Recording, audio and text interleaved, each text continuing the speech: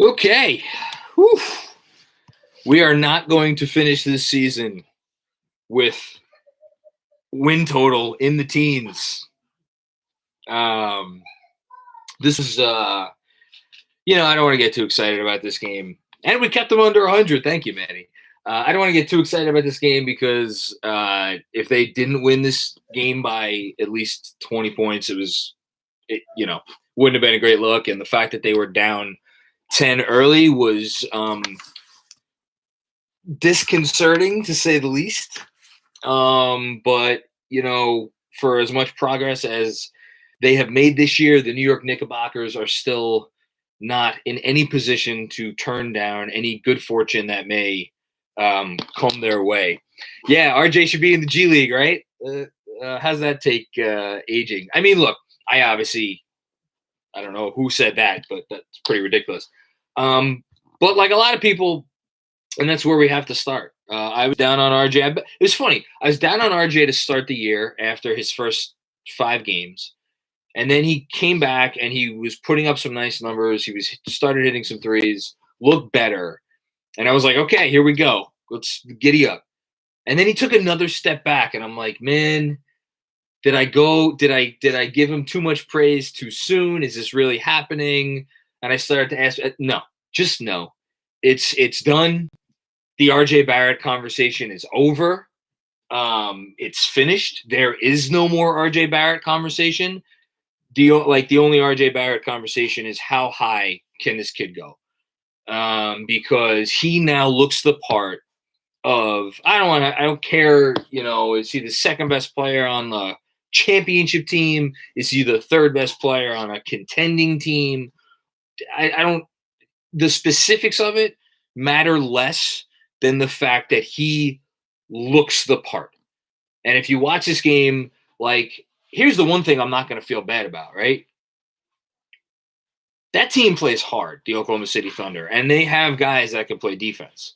So the fact that RJ put up his career high 32 points today on 21 shots, by the way, against that team, that's a real 32. That's not a fake 32. That's not 32 points against the Sacramento Kings or whoever else you want to give me. Some other shitty team on a night when they're not defending. I mean, that was a real 32 points, and it's the way he's doing it.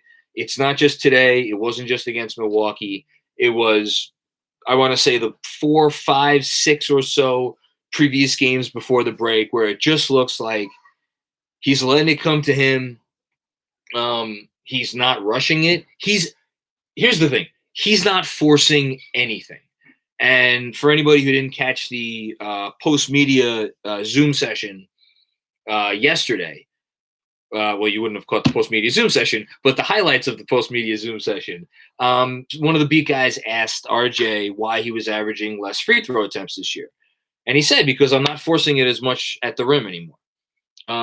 And he's not. I mean, it's obvious his forays into the paint are just completely under control. I love that he's finally putting defenders on his hip after he gets that initial burst. He's learning. He's like, I am the size of a massive, giant human being, and I get to play the shooting guard position. I could take advantage of that. And he's been utilizing that to his advantage. My favorite play of the day was his drive and kick to Randall in the corner for 3, because I've been wanting for a year and a half for RJ to drive and kick to corners. And that's like the last step that I want to see him drive, kick out. And we're starting to see that too. Michael Aaron with the comment in the super chat. What's up, Michael? My daughter is flipping out because I just ran around the house cheering. I'm glad you ran around the house cheering. I let out a few yelps and claps and things in my house. My daughter was getting very excited as well. So yeah, I mean, it's a great day. Dirty Dancer, great name. RJ just needs to work on his offhand. Had a couple of right-handed finishes today. That's, again, something else that is a small thing, right? Like, yes, at the NBA level, you should be able to finish with both hands when you're around the rim, but it is something that RJ Barrett struggled with last season. He's not struggling with it as much now. So, I mean, the sky's the limit. And the last thing I want to say on RJ before we move on is I think and look, we're going to have all kinds of trade deadline conversations over the next week and a half. They have to be really cognizant about making sure whatever trades they make, it is a player that complements both Julius Randle and RJ Barrett. And that means making sure you are keeping the ball in RJ Barrett's hands. And I come on here sometimes and like on the podcast and whatever else, and we have these conversations about where's the line between development and winning and this, that, and the other thing. Hey, what's going on? You excited about RJ Barrett? Yeah. Yeah, you like 32 points? Yeah. Me too. But it has to be absolutely imperative for this team. I don't care if they could get a much better player over the course of the last 30 games. They need to make sure that they keep the ball in RJ Barrett's hands between now and the end of the season, because that is more than anything, I think, what needs to happen over the rest of this year. If not now, when? Oh, stop. Anyway, let's talk about some other stuff.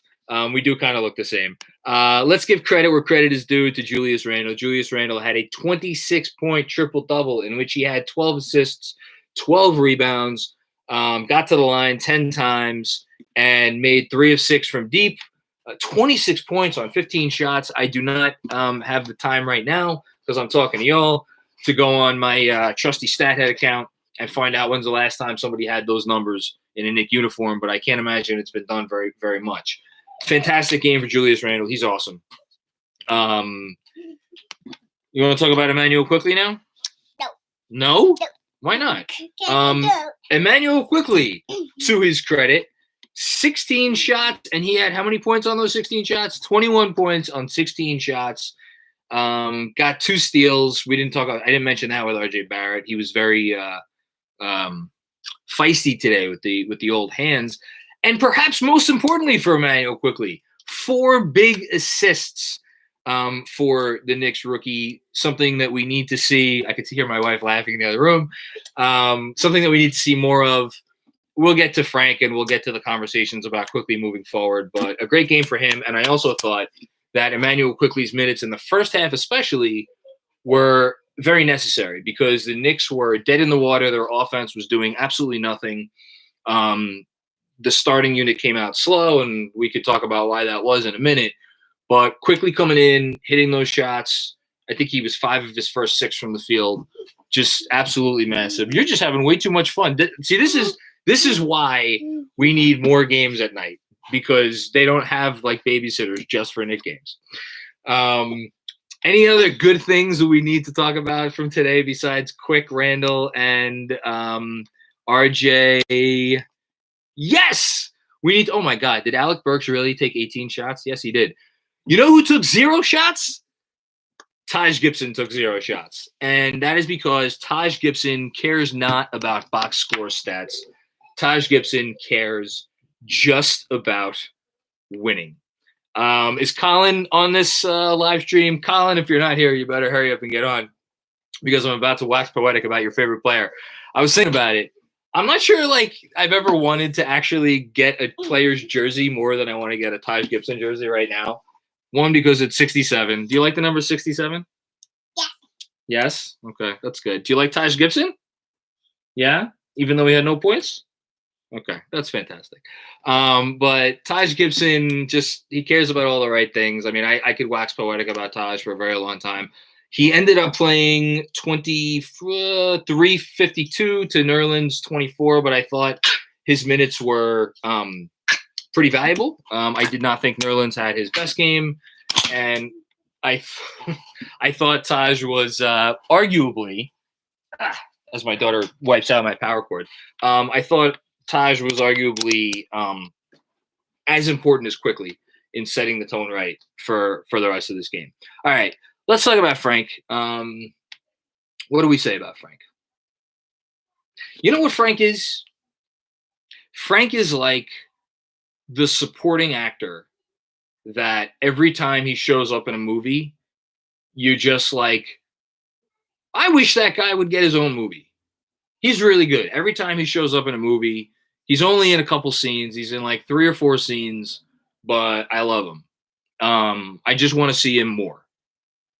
and this is probably unfair because you could go throughout his history with the Knicks. This is year 4. And every time he gets an opportunity to play big minutes and it doesn't go well, you could point to specific reasons why. And you could point to a specific reason why today. The entire team was flat when they came out. Those first 5 minutes of the game were not Frank's fault. But he happened to be the starting point guard that was on the floor during those first 5 minutes. And as much as he wasn't the main problem, he wasn't really looking like he was part of the solution either. He got a couple fouls. There were a couple moments early on, and I will try to pull the clips for Monday's newsletter where he had open shots that he passed up. Again, that's not his fault. It's not his fault at all. I just think long term, if we're talking about what Frank is, I think he is a supporting actor. He's not a lead actor. And as a few people are saying in the chat very accurately, I think we've reached the point where we could say Frank is not, a point guard in the traditional sense. He's a guy you have out there to help move the ball. He's a guy you have out there to hit open shots when he gets the opportunity. He can facilitate an offense, but it's just not his forte to guide an offense. So yeah, I'm not going to sit here and like badmouth Frank. It's interesting to me because it occurred to me for me to sit here and be like, oh, let's not pay attention to Frank. Like his minutes didn't matter. This is not the first time this has happened, or the second, or the third, or the fourth, where he gets an opportunity and it doesn't go particularly well. So that's enough about Frank. He's a 3-and-D guy. He'll have a role in this league, whether it's on the Knicks or some other team, for a very long time. Yeah, they needed to get this win, and I think they needed to get this win in the fashion they got it, because I don't even care that Embiid's going to be out a couple games from now against the Sixers. I don't care that Durant might be out against the Nets. Like, those games are going to be brutal. And if they had started off this road trip and they had gone 0-4, like, all of the good vibes that they had accumulated this season could have gone right down the shitter, and it would have been, I didn't want to cross that bridge. And I feel like getting a win right now, I don't care that it was against the depleted Thunder. The fact that it was a 20-point win, or however many points it was, 22-point win, it's like, it's a reaffirmation of, okay, there is something legitimate about this Knicks team. So, let's take some questions. I don't know what else there is for me to really say about this game other than that Lugens Dort is really good. And I probably should have included him on my trade value column a few weeks ago or last week. And RJ Barrett was too low at 30. RJ Barrett is like a top 20 asset in the NBA. I said it. Fuck it. Okay. Carlos Medina. IQ can be a good point guard down the road, but he scores so well. I honestly think Quickly can be like, ooh, why you got to say this name? I honestly think Quickly could be like Curry if he ever really figures it out. Look, if we're really starting to have a conversation about Immanuel Quickley's ceiling as a basketball player, we could talk about Obi. I blocked Obi's minutes out. I'll get to them in a second. I think Quickley's ceiling depends completely on his ability to facilitate. I'm not talking about that Burks finger roll fail. How dare you bring that up? That's mean. I think he has facilitation in him. And I'll reference something Tibbs said yesterday as well, which is that, and this is a little bit of coach speak, because he was asked about, like, what does Quickly need to work on as a point guard? And he's like, there's different types of point guards in this league. There's score-first point guards. There's guys who do different things. And his point was that there aren't a whole lot of strictly facilitating point guards left, which was basically his way of saying, like, yes, I think Immanuel Quickley could be a point guard in this league. Does he think Immanuel Quickley could be a starting point guard in this league? I'm not so sure he thinks so right now, but who gives a shit about right now? We're talking about down the line. I don't want to put a ceiling on Quickley. I'm not going to say, Steph Curry, but why should we put a ceiling on him? I love the McCollum comparison. Maybe a little bit more facilitation than McCollum. I think that's in play. Why not? Alan Berman, thank you for your contribution to the Super Chat. At what point do you just flat out ask Tibbs, why are you still playing Elfrid Payton when we win every game he doesn't play? Speaking just for myself, I'll just cop to it. Like, again, I don't always get questions on these Zooms. But if I was ever given a question and it was like a game like today, I would not have the balls to ask Tom Thibodeau, why do you continue? Like, just flat out come and ask him, why do you keep flying out for Peyton when it just clearly goes well for you, when he sits out? Maybe some other reporter, maybe Ian Begley. Ian Begley's pretty entrenched in this job. Maybe he has the cojones it takes to ask that question. The man you're looking at right now does not. I think it's a fair question to ask. And listen, I'll ask the next time I get an opportunity to do so. Are there things that you think that quickly adds to the offense when he's running the point that Elfrid Payton does not? I think that's a fair question. I would ask that question. And I think he's probably going to defer and not really give me a real answer, but I think that's a fair question. Let's see what else. Connor, not a question, but prayers to everyone who thought Tyler Herro was better than RJ. I'll take a sip of beer after that because I wavered there for a while during the bubble. And in fairness, Herro looked really good in the bubble, but it was the bubble. And I think we're starting to figure out that, like, a lot of shit that we saw in the bubble should maybe be taken with a grain of salt, especially since RJ Barrett did not get his own bubble opportunity. Out of sight, out of mind. So, yeah, I think Herro's still going to be pretty good. But, and again, in fairness, Zach Lowe, who, again, I love Zach Lowe and I, worship the ground that he walks on. I know not everybody feels that way. But he watches a lot of basketball, and I take his opinions pretty seriously. He went on his podcast with Ian Begley. It was 3 weeks ago, and it was a little bit before this RJ run. But he was, he said then, he's like, RJ would, or Herro would be probably the third pick in the draft if it was done over again. And then he was like, put RJ in a group after that. Herro or Quickly. Ooh. I would not trade Quickly for Herro if I'm the Knicks. But I wonder around the league what that would be. I think Quickly's already shown more of an ability to play point guard than Tyler Herro. I don't know that Quickly is the 3-level scorer that Herro is. But then again, Herro hasn't been shooting that well this year. So I don't know. I fuck it, Quickly. Yeah, I don't. I'm usually good at admitting when I'm giving a homer opinion. I don't necessarily think that's a homer opinion, and I think anybody out there who's putting Quickly still is like not one of the top 5 prospects in this draft class. They're just not watching games. That's the only reason. Because if you're watching the games and you're watching the fact that he's walking in like a 5 or 6 year vet. Not to say he doesn't make mistakes, but like the mistakes that he's making are mistakes that like veteran players make. He's taking good chances. He's putting up good shots. He doesn't put up bad shots. Yeah, he misses a play every now and then. He might get beat on defense every now and then. But like, I'm not trading. Oh God, I love Emmanuel Quickly. That dude, foundational piece, 100%. He might be top 3. I don't know. I don't know that we've seen enough from guys like Patrick Williams. Like if we really talk about this draft class. Jason says top 5, he's top 3. I think I'm still pretty high on Patrick Williams. I think we need to wait and see on Wiseman. Anthony Edwards is putting up a lot of points, not contributing to winning. He's not shooting it well, but like there's talent there. So, but he's in the conversation for top 3, 100%. I take him over Halliburton. Let's see what else. Steven says you could like Zach Lowe. That doesn't mean his opinion is right about Herro versus RJ. RJ has been doing this since he was 15 years old with the Canadian national team. RJ took a leap this year. Herro hasn't. That's absolutely right.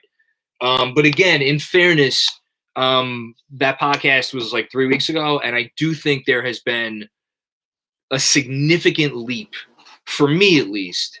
And I know it may not say as much in the numbers, but to me, watching the games, RJ, these last, again, like 6, 7, 8 games, that to me has been where the leap is. And that podcast was before that. Frank Corona Jr., RJ or Quickly, guns ahead, long-term, LOL. RJ. I mean, it's RJ. RJ is, you build around RJ. Like, you figure out what pieces you need to add around this guy. And again, that doesn't mean he's going to be the best player, the second best player on a championship team. But like, what else do we need to see? He's a foundational piece. And then Quickly is like right after that. And then I think the more interesting question is Quickly or Randall. Like, again, I don't want to have this conversation because I don't want to trade either of these guys. But like, and different teams would ask for. Some teams would ask for Randall. Some teams would ask for Quickly. But I don't know. I'm gonna have to sleep on that one.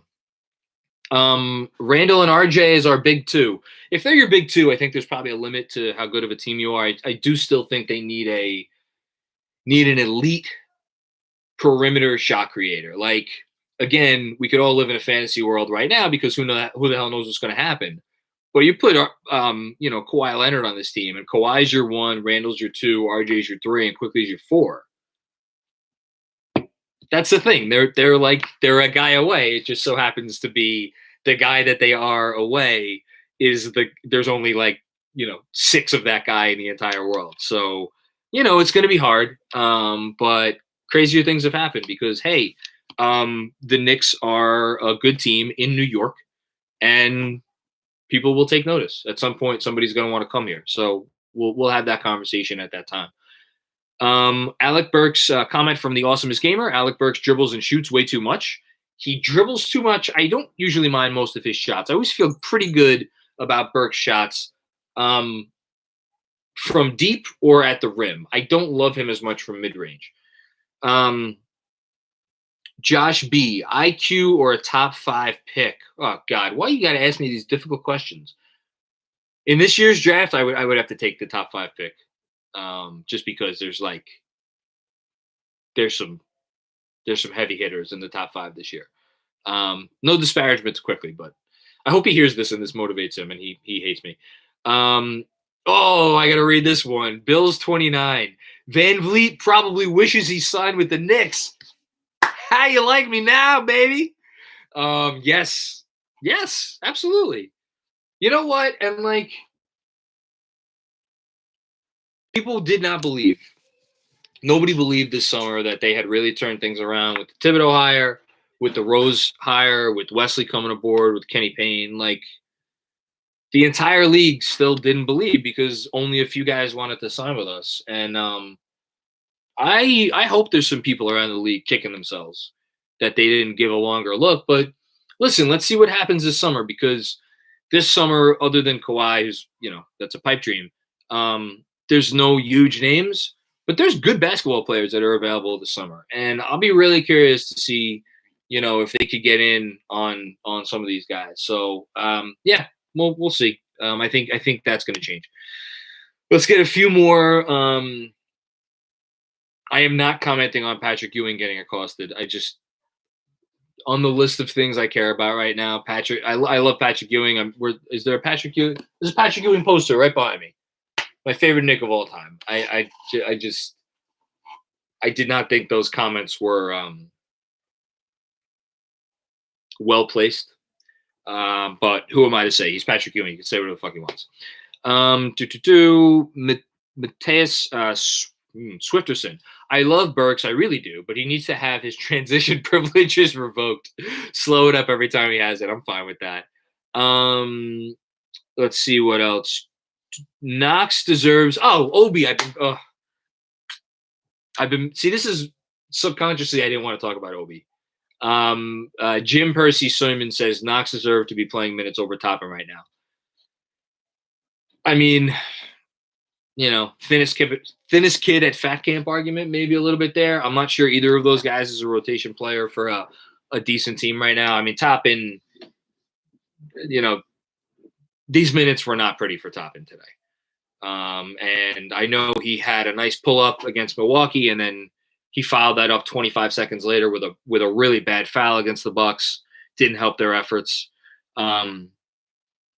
He's a rookie. He's playing like a rookie, and we're in that stage where, he could turn it around. He could absolutely turn it around.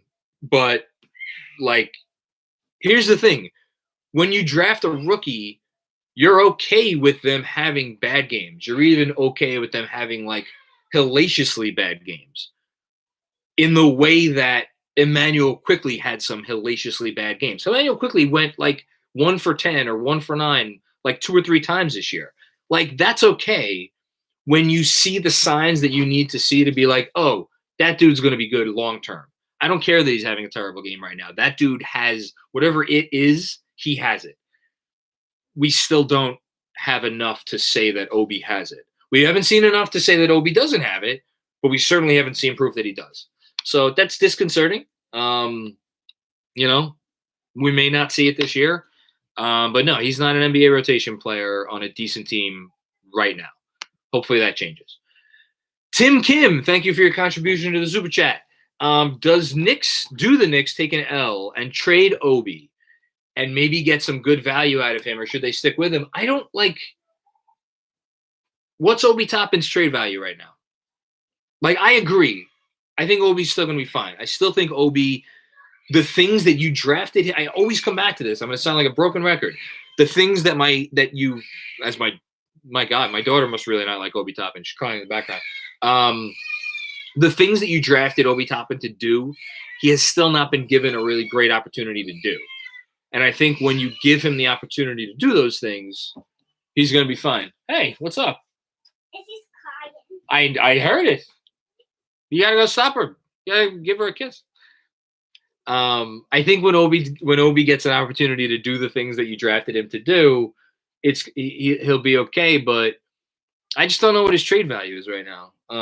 So unless somebody gives you, I mean, I'm trying to think, like, what would be, it would have to be in a package for a guy that not only could help them this year, but potentially they could sign and be a really key piece for them moving forward. And I just don't see, like, you're not getting Lonzo Ball using Obi Toppin as the centerpiece of that trade package. It's just not happening. And if somebody else out there has a better idea of like what you're including Obi in a trade for right now, that's like a real thing, I'm all ears. I just don't see it. I just see LeBron ? I don't know. Can you Obi for LeBron? Let's see who says no. Obi's ceiling. I still think Obi's ceiling is like a worse version of Montrezl Harrell. You know, less tenacity, more finesse on offense. Similar defensive challenges. That's still what I see Obi's ceiling. Should we trade the whole team for Patrick Ewing? Absolutely. What do we got here? Mohey Salah. Grant and a 2020. Oh, Grant for the 2023 Dallas pick and Obi. Like, you're not getting Jeremy Grant for that. I'm not sure Jeremy Grant makes a whole lot of sense on this roster, because I think you have to play him a decent amount at the 4. I mean, I'd take him, be a nice starting 3, but yeah, I don't think you're not getting Jeremy Grant for that. Can I ask why you say huge instead of huge? Because I'm Italian. I'm from Staten Island, and this is my second beer. The accent comes out the more I drink. I missed a super chat question. From Blue Diamond Gem. Thank you, Andrew. Do the Knicks or someone else give Randall the max? I want the Knicks to give Randall the maximum contract that they could give him this summer, because it would only be for like a little over $25 million a year. Does someone give Randall the max in a year and a half if he keeps playing like this? Yeah, absolutely. 100%. Shout out to Staten Island. Giddy up. What else do we have? Take a couple more before I get out of here. Burks and Bullock are so frustrating. This is from Jonas Plout. Signing Trent Jr. to a big contract becomes more appealing after every game, and there are no real downsides. We have the cap, no excuses. The downside is that that's $16 million a year that you can't spend on something else.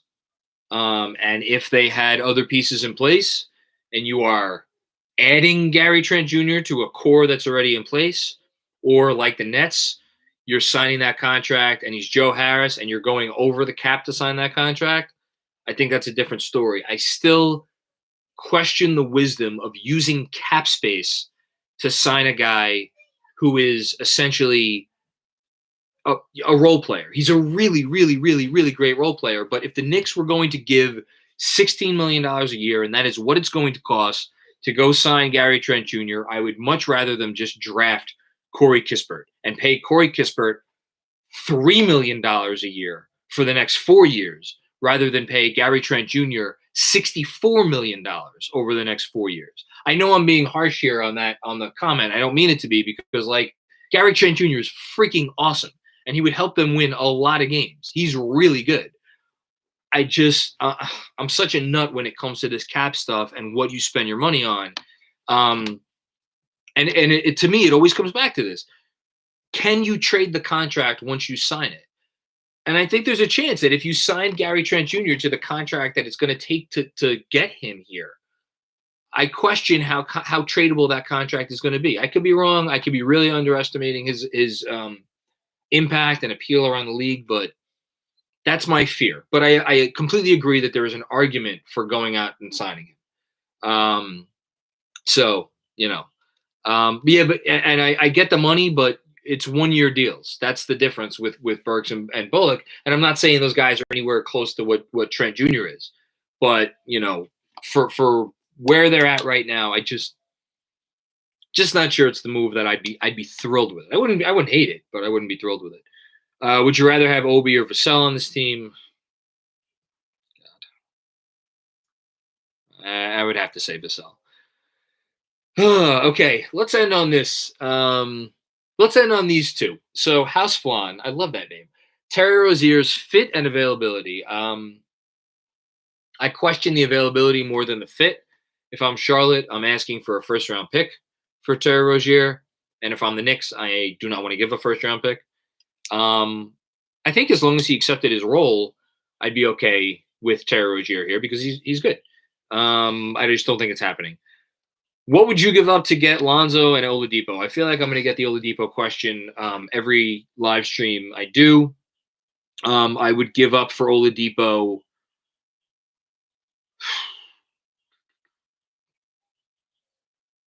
My trade that I've been going back to over and over again is either Frank or Knox plus Bullock and the Detroit pick. And the more I think about it, I'm so convinced that Oladipo wants to end up in Miami, and I am so not convinced that he's ever going to be the player he once was.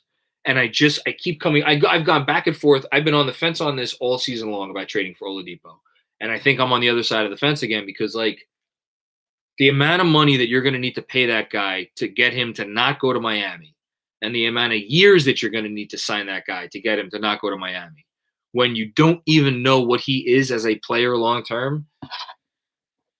Shit, I don't know. Lonzo, what would I give up for Lonzo? I'd give up one of our first-round picks this year. I would give up the Dallas pick probably, and salary. The Dallas pick and Bullock. That some people will probably be like, you're insane. Why would you give up a first-round pick just for the right to have to overpay a guy in restricted free agency this year? And that's because I think Lonzo could be a starter for a contending team. I think Lonzo's really good. And I know he's not exactly what the Knicks need, but I think I'm a believer in Lonzo Ball as a really good basketball player who could do, like, if you're asking me who would I rather pay $16 million to, Gary Trent Jr. or Lonzo Ball, I'm going to take Lonzo Ball every day of the week. So that's probably an unpopular opinion, but that's what I would say. There was one more super chat comment from Michael Aaron. Thank you again so much, Michael. I really do appreciate these. All the way from Tennessee. All we heard before the draft was how NBA ready Obi is. Do you think that's a misjudgment on scouts? Yes, I do. And analysts, or because of the role we have him in. I think it's a misjudgment because, again, he was playing against the A10. So, it's a massive leap to go from that conference to the NBA. And I think we're seeing that on defense. I think we're seeing that today. He tried to get a dunk attempt on – who was it that he tried to get a dunk attempt on? I forget who it was, but they swatted that shit out the arena. Like, when he was playing against, fucking Richmond last year, Richmond didn't have a guy who was going to block anything that he was putting up around the rim. Fordham didn't have a guy he was putting up. Forget about those players like Kansas. They played Kansas. Kansas didn't have a guy who could do that. NBA teams do. So I think it's a little bit of a miscalculation, but I also think it's a little bit roll too. And I think there would be a lot less concerns if we were playing him in the role that he should be playing in. Okay, Chip, thank you so much for the contribution, and I appreciate you coming to these live streams. Chip Murphy, go read Chip Murphy's stuff. Chip is awesome. Go get Fournier or buy low on Devontae. I'm not. How low are we buying on Devontae now? I'm not sure if does Charlotte really want to trade a guy who is gonna probably help them get to a good playoff seed. Fournier, I've been getting asked about Fournier so much. I want to spend some. You know what? Here's my homework. I'm going to spend some time tomorrow morning when my family is hopefully still sleeping, watching some game tape of Evan Fournier, because I've never been a believer. The numbers are good. The offense is good. He could shot create a little bit. I don't know. I've always been skeptical of his impact on winning, and the playoff performances, which I have seen, have not exactly encouraged me. That said, if the price is low enough, but I don't think they're going to do that. I don't think they're going to make any significant moves. If you're asking me my prediction right now, maybe we get a Redick trade. That's really it. I don't think there's anything else. What about trading for Collins, Mr. Mike? Why do we want John Collins? I like John Collins as a theoretical basketball player on like a theoretical basketball team that has theoretical pieces that work around John Collins. I don't necessarily think this is that team. I just can't not answer good questions. John Park, do you think we could possibly acquire SGA? I don't mean to laugh at the question, John. That's a great question. I would. What I wouldn't give up for SGA. I mean, they're not going to trade him. He's a building block. He's a foundational core piece for Oklahoma City. He's one of the 10 best young players in the NBA. Probably one of the 5 or 6 best young players in the NBA. He's really good. I don't think you'd get Shai Gilgeous-Alexander for both firsts. I think you would Shai Gilgeous-Alexander. Like, and again, I'm not advocating for this, but Oklahoma City is like, okay, we'll take quickly. We'll take both of your first round picks this year. We'll take 2 future unprotected firsts, and then maybe we can have a discussion. Like, I don't even think I'm being facetious. Like, if I was Sam Presti, fuck it. That's what I mean. He's a 21-year-old kid putting up insane across the board numbers on insane efficiency. And we may not even be near his ceiling yet. Gilgeous-Alexander is just so fucking good. Like, you want to talk about a piece that I would love to round out the RJ Randall core with? Oof, man, that guy's good. Anyway, okay, enough about SGA. But you know what? I want to keep quickly. Let's just build with what we have. I like this team. This team is fun. This team is good.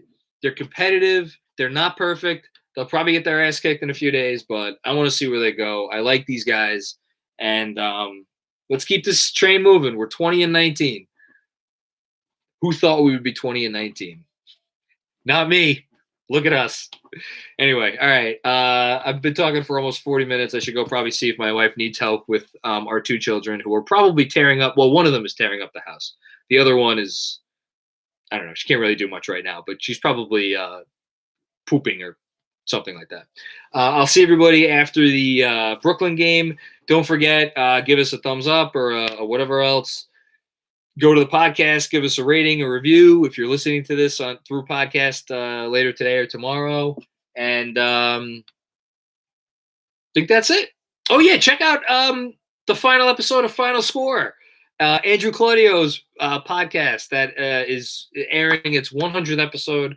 His guest for that 100th episode is me, in which he asks me all kinds of questions about all kinds of things.